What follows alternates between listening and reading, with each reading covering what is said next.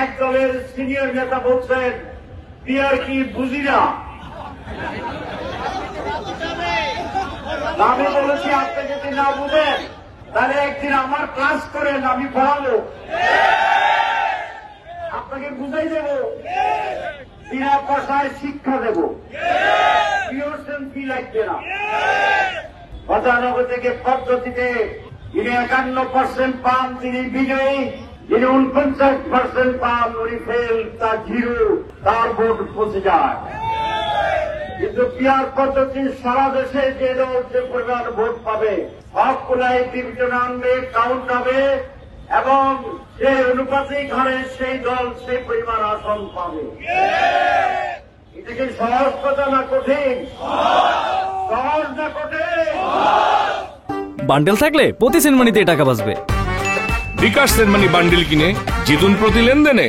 যে নেতা পিয়ার বুঝে না তাহলে সারা দুনিয়ার তিনি কোনো খবর রাখেন না, এরকম নেতা রাজনীতি করা ঠিক না।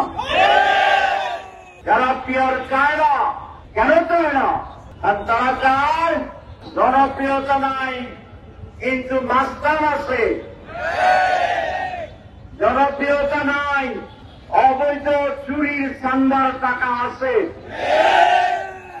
আমাকে অনেকে বলে ওই দলের যারা নির্বাচনে কেন্দ্রীয় হতে চায় 1 বছর নাকি নির্বাচনের যে খরচ তাতে বেশি উঠে ফেলছে।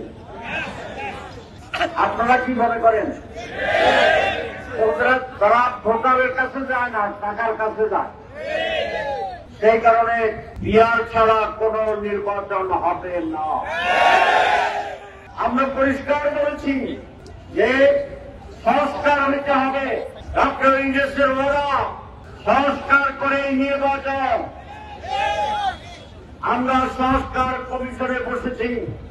একটি দল মুখে বলে মানি, আসল জায়গায় মানে না।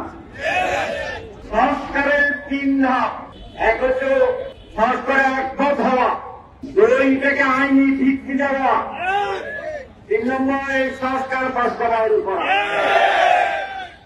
ওনারা দেখলাম নিউজে যে সব মানে, ওনারা প্রথম ধাপ মানে যে একটা খুশি, দ্বিতীয় ধাপ মানে না, এটা আইনি ভিত্তি দেবে এটা মানে না।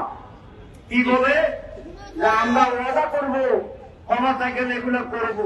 ইমান এত মজবুত মনে হয়েছে যে ওনারা কোনদিন ওয়াদা বন্ধ করেন নাই।